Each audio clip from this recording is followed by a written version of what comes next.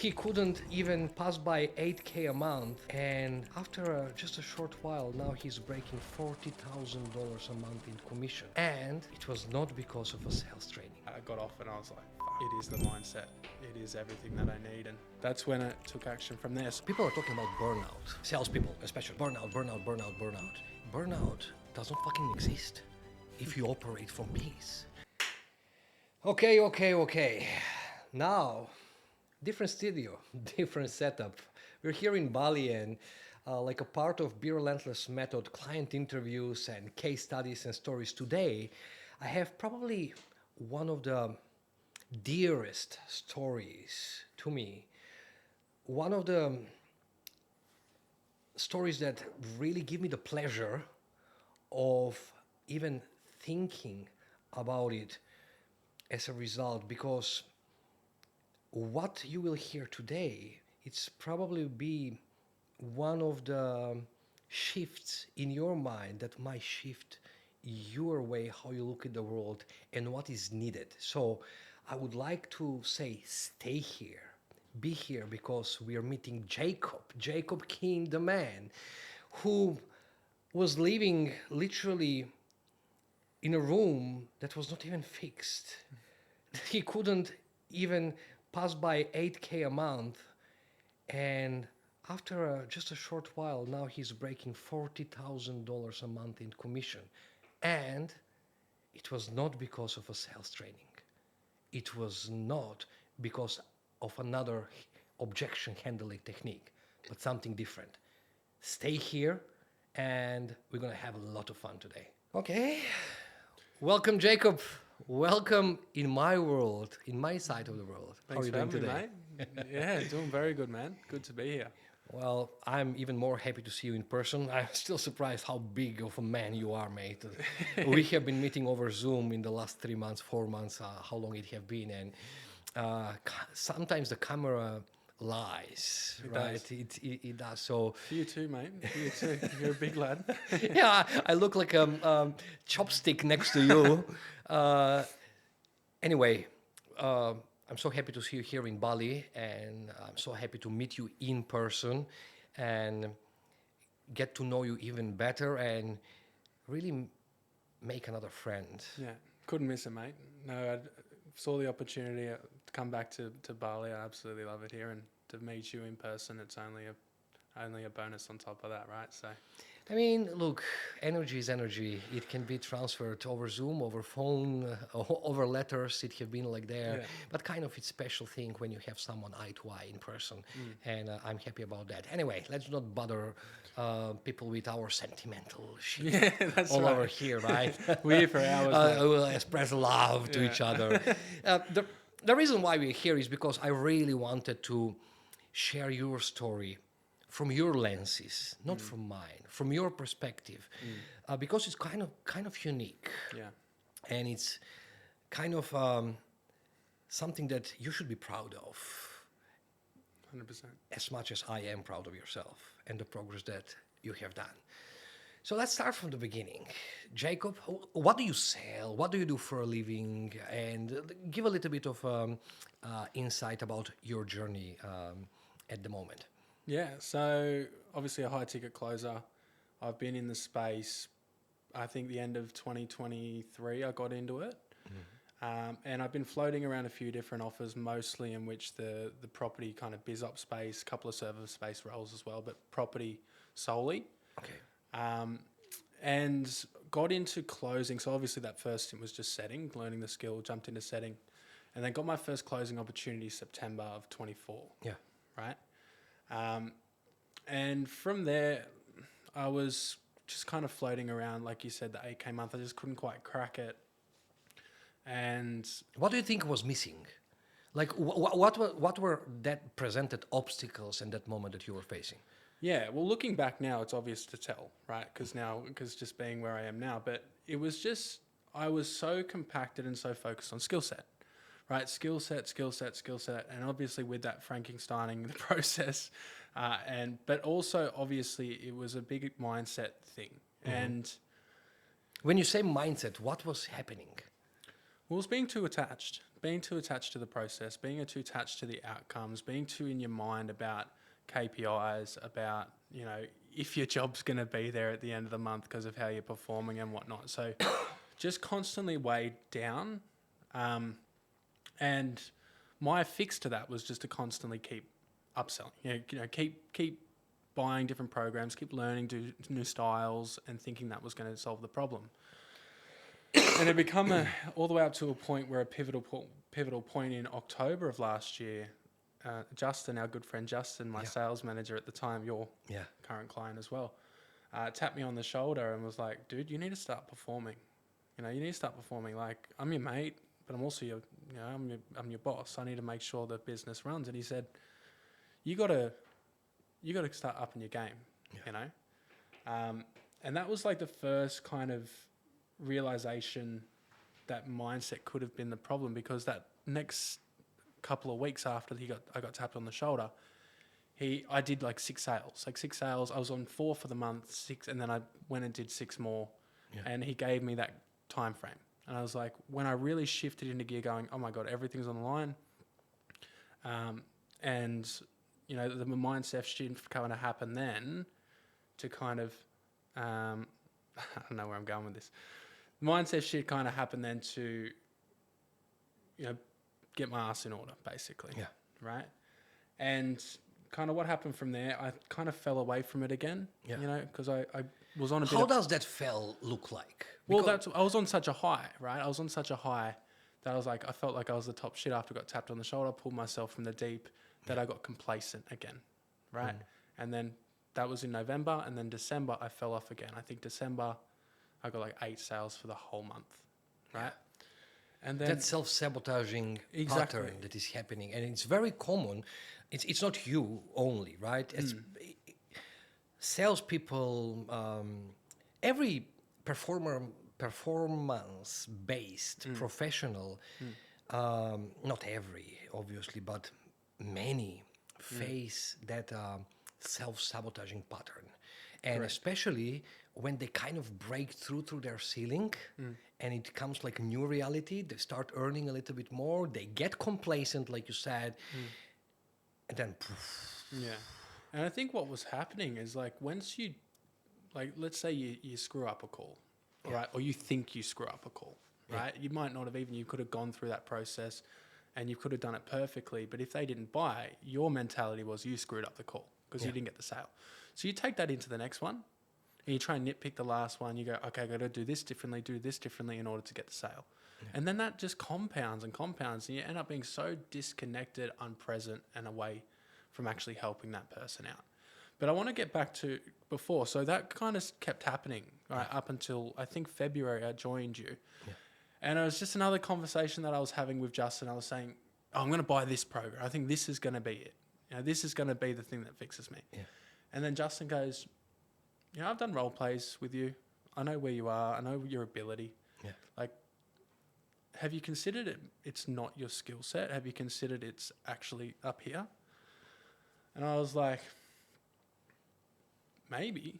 And then he said, you know, have a chat to Bogdan. I've been looking into him myself. I started watching your content. I jumped on the call the next night, and you ran me through that. That's how it happened. That bloody. I remember that first.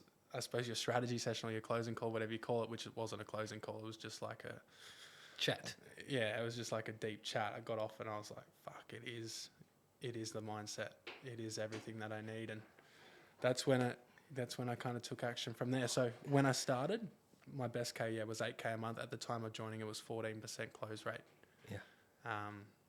And that's when I started the journey. Yeah. The funny part is, Justin, for people that Justin, hi Justin. Hey, mate. Justin, as his sales manager and also closer, he just broke his own record as well. He did like 70 plus K something in comms. Yeah. And he was already a client. He was just starting as well, and he was like, I have one of my teammates and he might need your help. You know, he's not in the financial situation that's supposed to be. I was kind of hesitant in that moment because I kind of have a certain standards. I kind of have a certain expectations of people that needs to come to me, and I more disqualify the clients that are working with me rather than qualifying them, because sometimes I feel like I'm not doing them any favor, Yeah. because they need to come up with that idea, not me to be Certainly. closing them on a call, right? That's why our first meeting was not even, it was not a sales call, it was not a strategy call.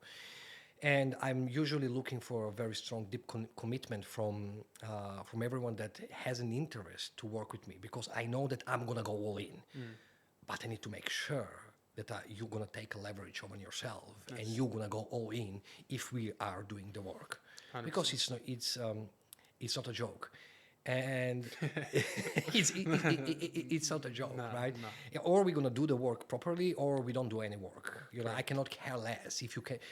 If you do not care about your commitment, why should I care about your commitment too?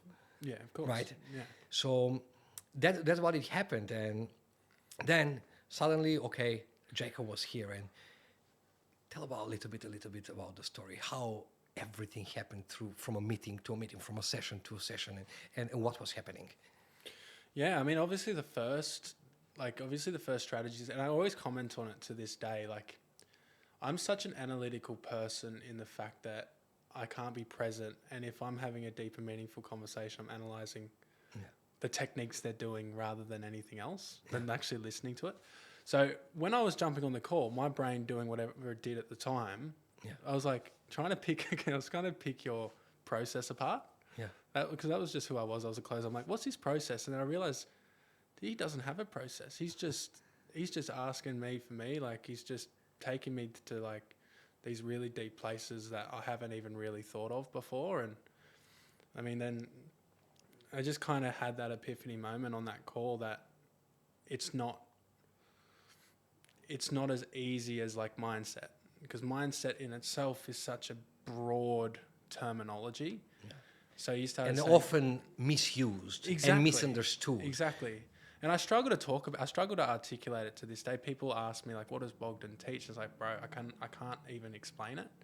Do you know what I mean? So, but like, obviously the first sessions were just identifying, obviously, you know, what is the problems? And it's not just like the problems you're facing on a daily basis. It's like, tell me about your life. Tell me everything since the start. And then you reverse engineer it. I say, because obviously now I don't want to give too much away, but you're a big believer that you can change your beliefs at any point in time, and you can, like you did it to me the other day at dinner. Literally, I was having this belief on certain thing, and then you ran me through a process, and then I genuinely believed something different, right? Yeah, because it takes a moment. It takes 3 minutes to change your belief. That's right. Yeah, but For like, those who knows what they're doing. yeah, that's right. But obviously the first part is just identifying. You're asking me about my life, from what happened, what were those big events that happened throughout my life, and then obviously you can start to build a bit of a case from there, and then you start going in step by step around reframing beliefs, and obviously using certain experiences and just reframing your perception of that experience. Yeah. Right? And you do that, you know, or you just it takes one experience to reframe the next experiences from here to now, from there to now.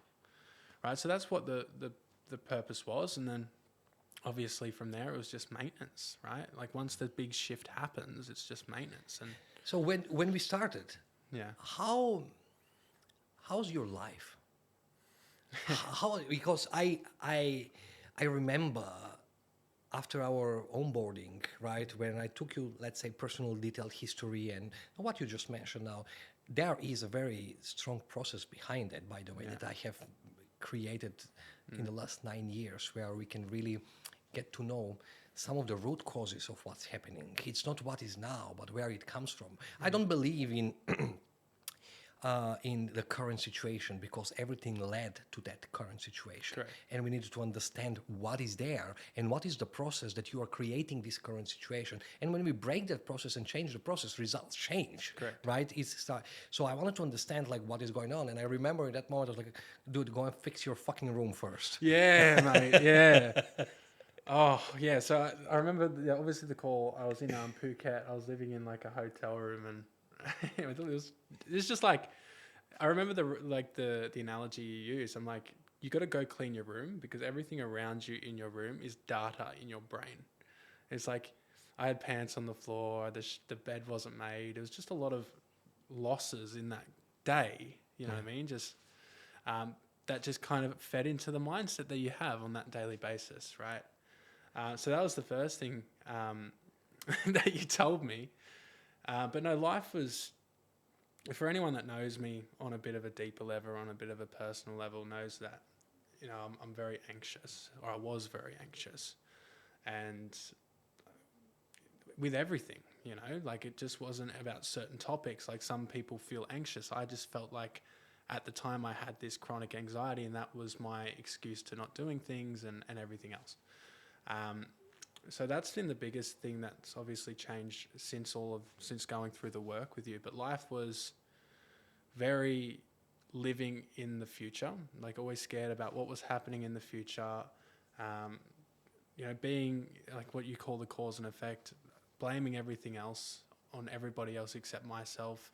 Yeah. So even with work, like if I wasn't hitting, you know, I was hitting 8K a month, but I was still trying to offload it to other people as well. So I was a victim. I was playing a victim mentality. Yeah.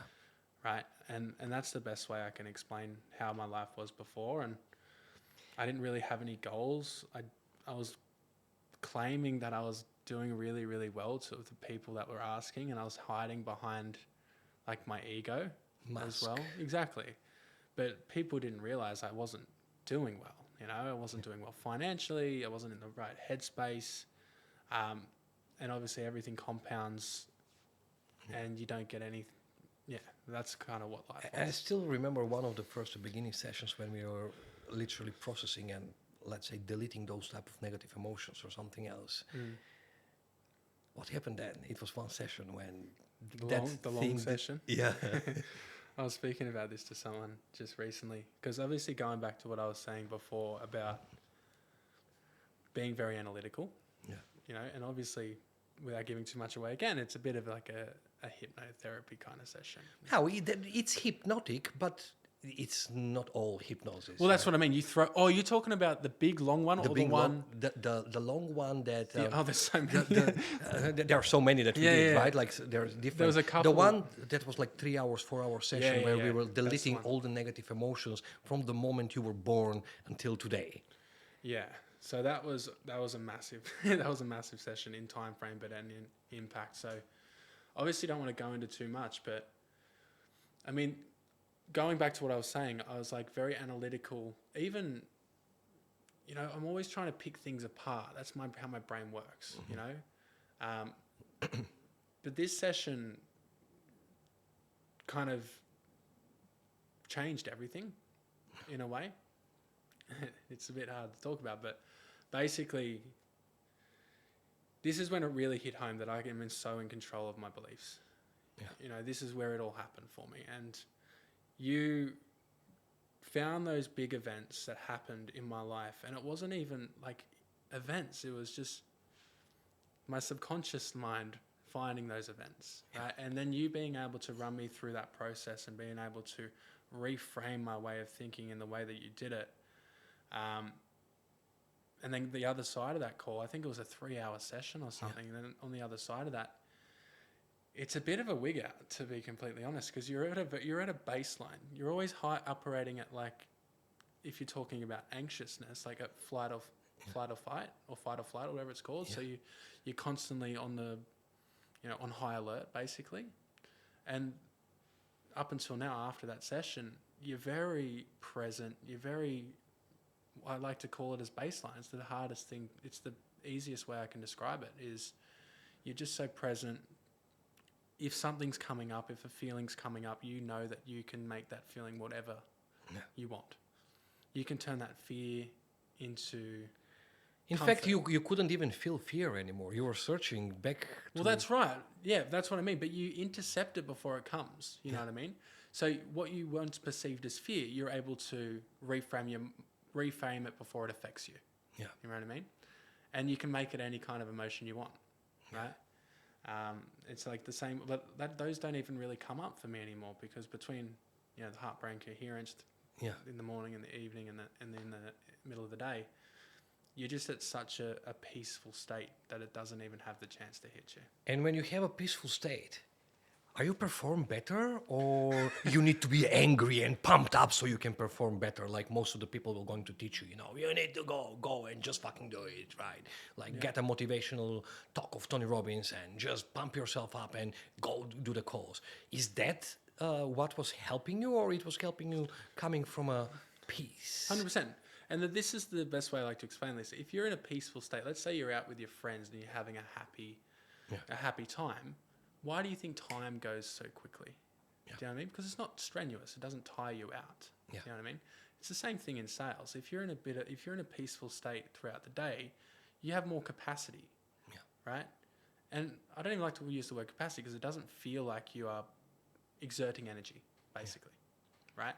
So that's obviously been the massive catalyst, obviously between, being disconnected from calls and just being process driven as well, in upping the close rate. But I've had the more capacity. I've had the energy to be able to take more opportunities and help more people as well. What people don't really understand is people are talking about burnout, right?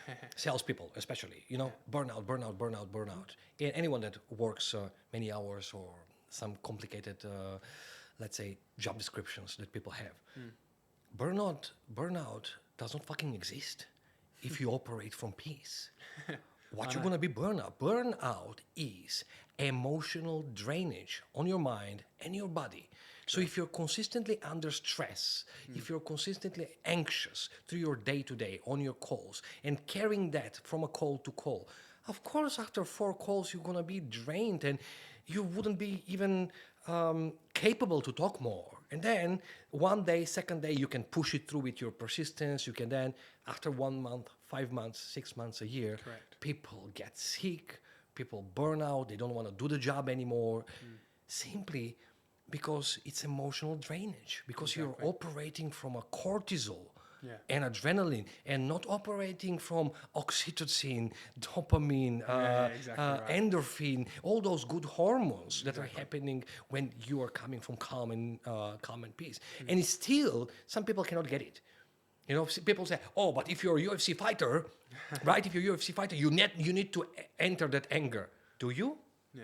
Because what about the Chinese monks? when I see John Jones, he never entered angry, and he's the GOAT in UFC, as per some people, right?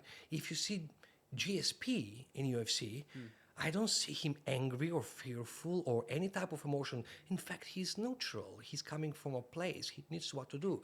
Khabib Nurmagomedov, he never entered shouting like some of the people. People that were getting angry were the people that were getting knocked out very soon. Very fun. Because anger, it's a very dangerous fuel to burn yourself out. Exactly. That's exactly After the first round, people get knocked out. It's the same in life.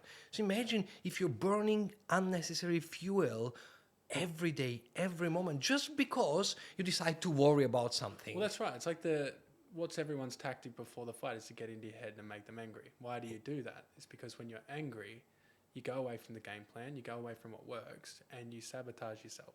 Exactly. That's why the trash talk, that's why it all exists. You know what I mean? Exactly. So that's the whole thing. Yeah. So what on earth will make you think that you should feel stress, or you should be worried, or you should overthink the thing so you can perform better? No, you don't. You need to be like you are right now at the moment. You sit down and you can. And so people don't really understand this. When you're in a fight or flight mode, which means under stress, you have only 20% access to your intelligence. So you're practically stupid, right? Yeah. You have only 20% access to your intelligence.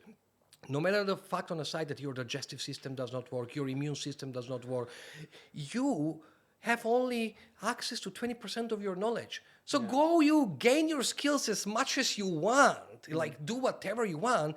Still, if you're stressed, you will have access to 20% of your skills.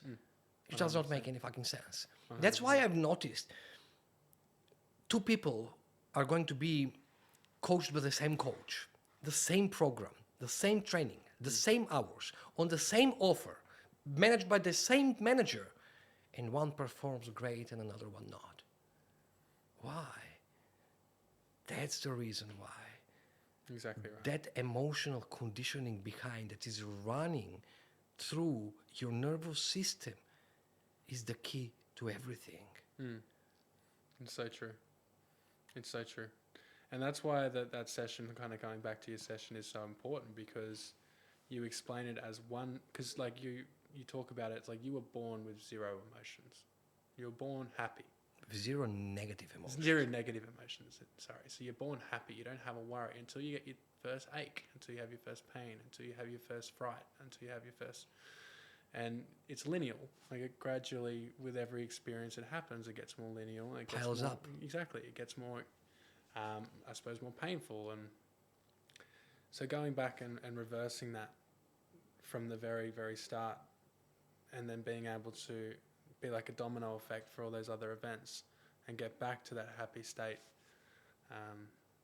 has obviously helped me go to places I've never been before. So Somewhere in the middle of our coaching and maintenance, something else, you had like a kind of a personal situation that you let yourself go off the road, where I need to literally grab you for the neck on that call and get you, like, it was, I don't know, 5 minutes of a session, something else. If you remember, you were in Thailand in that moment, and trying to cope with things. yeah, so basically I was just in a bit of a crossroad where I didn't know what to do. You know, I didn't know where I wanted to be. I didn't know where I wanted to live. I didn't know if there was a certain person I wanted to be with as well. And so I was just dealing with everything. And obviously I let the emotions kind of creep back in, and then I let everything kind of creep back in, and then it halted all the progress, right? Yeah. And then I went through a session with you, and then again I just came back to baseline, and I was extremely looking back on it going, I'm happy, I'm healthy, I'm good. And I ended up coming through that problem and just being able to take myself out of the situation, look at where I was, and I'm just saying, are these problems actually real? Do you know what I mean? Are these problems actually real? And then when you can have that critical thinking around your emotions, right, you realize, again, tying back to what I said before, and I don't want to sound repetitive, but it's just what it is. You're able to reframe that belief. Here's the thing. And it was FOMO. Yeah. It was FOMO. It was the fear. Even though the other side wasn't greener, right? Yeah. Like it was reverting back to my old ways, because I was thinking, I'm missing out. You know, I'm missing out from what's going on over here. I'm missing out what's going on over there.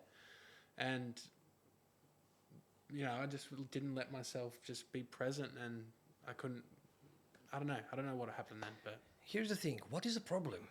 Problem is a situation or a thought plus negative emotion, plus negative charge. Yeah. If there is no negative charge and there is no negative emotion, how is that a problem? Whatever it is, if someone says to me, I feel so sad because I'm not performing well, then it's a problem. Not performing well is a situation, and thinking about the situation, and I feel sad about not performing well, it's a negative charge. If someone tells me I'm not performing well, how is that a problem? Like, I don't get a problem. But if someone tells me, I'm not performing well, but I don't give a fuck, man, like, I'm enjoying life, that's not a problem, Yeah, right? it's a positive charge. So situation is never a problem. Yeah. Thought is never a problem unless you attach a negative emotion on it, unless you attach a negative charge on that.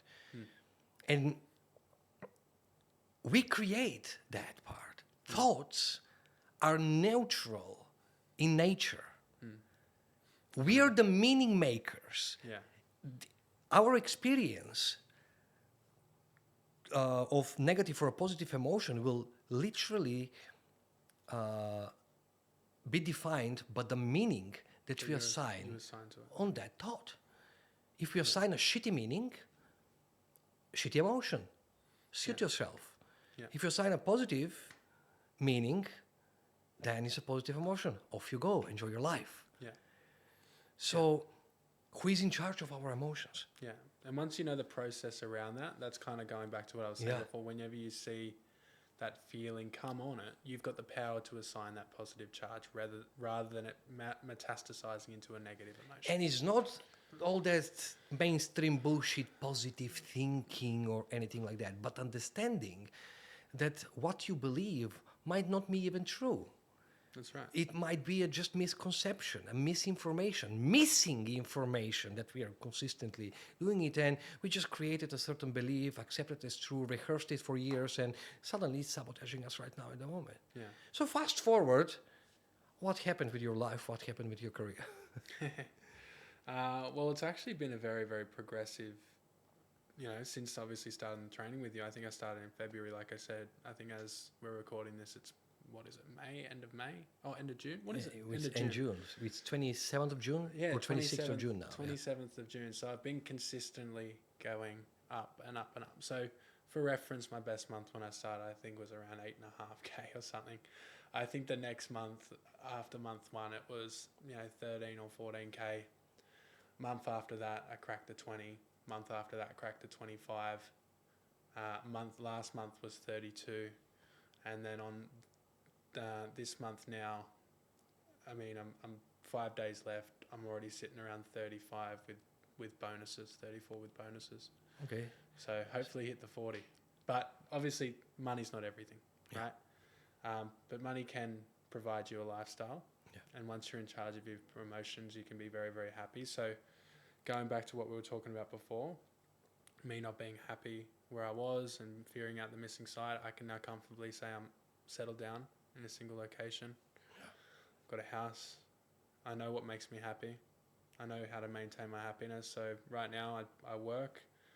I keep my work 5 days a week, structured hours, right? Yeah. And I live life, man. I do a couple of trips every single month. I'll get away for a few trips, but the most important thing out of all of it is I'm happy. I'm genuinely happy. I used to have panic attacks, right? Mm-hmm. I used to have a lot of panic attacks all the time. It metastasized like pretty bad in like 2023. I started having like panic attacks probably once a month. Yeah. Everything would build up so much that it'd lead to the point of having a panic attack. I'd exert everything and then it'd start again. Yeah. That hasn't happened. It will never happen anymore. Oh, yeah. I know that. I won't. But that's just what I mean. I'm just genuinely happy. Yeah. And does people around you started noticing your shift? Yes. What's going on? Justin, again, another shout out to Justin. So a big thing I used to do before sales calls was, like, say if I was having a one-on-one with Justin, I'd be like, oh, bro, I've got 10 minutes to this call. I've got 10 minutes. I've got to get off. I've got to prep. I've got to prep for this call. I've got to make sure I look back and make sure I've got everything in order. I've got all these superstitions that I had to get ready, like a pen and all this other shit. So Justin frequently says, he's like, I've seen a massive change in you. Like, I can run a minute over. I've flowed into my call because I'm calm. I know of my process. I believe in myself. Yeah. So that's been a massive change, and Justin's been the one to notice that. My family's noticed it. My family, I was always having to borrow money off the family and stuff, so they've noticed that as well. But just, everyone I surround myself with who I've got previous experience with always kind of comments. It's like, you're a bit different. I don't know how. I don't know what it is, but you just seem more present. You seem more, I think, more present. Like, I'm understanding them. I can actually understand. I can speak on a deeper level to people. I can connect with people a lot better because I've just gotten rid of the storage and I've just reset, So I can have more meaningful conversations, more meaningful relationships is what I've found. And the end of the day is we literally start creating the life that we prefer. The moment when we remove the baggage and the shit that we have been carrying it, and most of the time unconsciously and without us being even aware of that, certain beliefs, certain values, certain needs, certain negative emotions that sometimes we have piled up from environment, from closest, I don't know, parents, grandparents, religion, school, culture, and everything that comes, that became something that we learned and we identify with it. This is who I am. Fuck you. This is not who you are. This is who you learn to be. So let me get you to the point of, for you to remember who you truly were before you forgot, so you 100%. can actually create who do you want to become. Yeah. Because many people say, like, I hear this, like, like those self-development mainstream uh, thing, like, you need to think who do you want to become. Mm. I will say differently. What about you unbecoming who you weren't to start with? That's all we got. Yeah. Exactly right. There is the place. Remembering the true self and identity that does not shift you, does not serve you anymore, Mm. to shift it to identity that will serve your highest purpose of your own life. Correct. And who is more important for you than you? Exactly. And I want to add something to what you said before about what's changed. I used to be a pessimist. I used to be very pessimistic about things, about about the future, about everything else, about politics, it was just the worst. So I couldn't give a fuck about politics. You know what I mean? I just couldn't give a fuck. But I'm actually very, very, I don't even know what the opposite word for pessimistic. I look forward to the future. Yeah. You know? Isn't that wonderful feeling? Huh? Yeah. It really is. Isn't that empowering It to is. move forward? It really is. Now, what would you tell to everyone that is watching this? What would your experience, and what would you suggest or advise to the people that are kind of in a situation that you were before you started with me? Like, what advice, as a brother to a brother, as a brother to a sister, as a family, closest family member, what advice you will give? If I want to think about it, I want to really make sure it is good. Yeah, sure. I said life is what you make it, right? How you perceive things can always be perceived from a different angle, right? And the sooner you realize that, the sooner things will change. Yeah. Right? When you can start realizing that you are in charge of your own life and no one else, where you are is based on the decisions you've made. Yeah. Right? How you feel is defined by the perception you have on certain experiences. And just know everything can be changed. Yeah. Right? And that's my advice. And it can be changed fast. Fast. Very, very fast. And to a lot of people as well. And I think it's a massive gap in the space at the moment because, obviously being sales professionals, you're very, very invested into investing in yourself. But I think the biggest gap is people are so focused on upskilling in their skill set and then neglecting arguably the largest part of it. Because if you are confident in yourself and you're present and you can listen to people, you can close without a process. Do you know what I mean? Yeah. If you have got mental fortitude, if you're happy and you can radiate that onto other people, you can just close without a process. What you can't do is you can have a process, but if you're weighed down and you are anxious and you're bringing in baggage from your life into that call, you will drop the sale every time. Now, you mentioned something very interesting, and I want to announce this for you. Probably the best closer that I know in the market.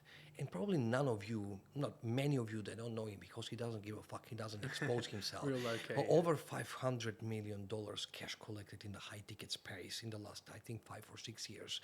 And no one have done that, right?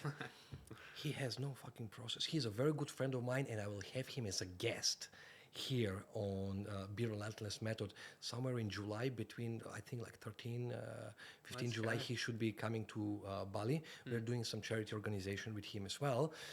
So he told me, because he was the one introducing me actually like 2019 in the high ticket sales. Space, yeah. He was like, Bogdan, there is so many better closers than me out there, but I close more. Yeah. Exactly. The whole point was because he was coming from such a good care for the prospect, for such a positive energy, with so much of a confidence within him, no pushy, no needy, simple showing up And for me, that was like, how do you even freaking do it? You know, I I need to study this, I need to study this, I need to study this. For me, skill set until I actually got it. What is really what was really taking, you know, and yeah, it makes a difference. Well, that's the gap. That's the gap that I see, and I see it with everyone. They'll buy one program, a coaching program. They'll buy another sales coaching program. They'll buy another one. They'll buy another one, expecting to find the answers, which is great, and I'm all for it. Skills without skill set, you will not going to be able to do Correct. nothing. It's important. Correct, but it's neglected. I feel like this space is neglected, and it shouldn't be.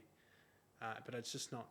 I mean, you're the one finally exposing it, I suppose, and the power of it. So, for anyone watching this, for what it's worth, maybe reconsider buying the next sales process or next sales program, and consider just investing in your mindset. Yeah, Because it's been the biggest ROI I've done. and that's amazing. And I'm proud of you, what you've done, Thanks, that you mate. back yourself up, you tap yourself on the shoulder without waiting for someone else. 100%. And keep the progress, keep the change. And I want to see you here or anywhere else when you crush the 100K a month. We will. I'll be waiting for that. Yeah. Look at the episode 2. Yeah. Yeah. And we go for a steak again. Yeah. Bloody oath. Deal? Yeah. 100%, mate. Fucking hell. It was pleasure to have you here, my man, and Thanks it's for even having me, more man. pleasure to hear what coming up out of your mouth in your life. And I really genuinely hope that you will get where your mind wants you to go. I will. You decide I will. where that place will be. 100%. So that was all. I hope you like this part, and if you do, like, subscribe, and I have something very interesting coming very soon for all of you.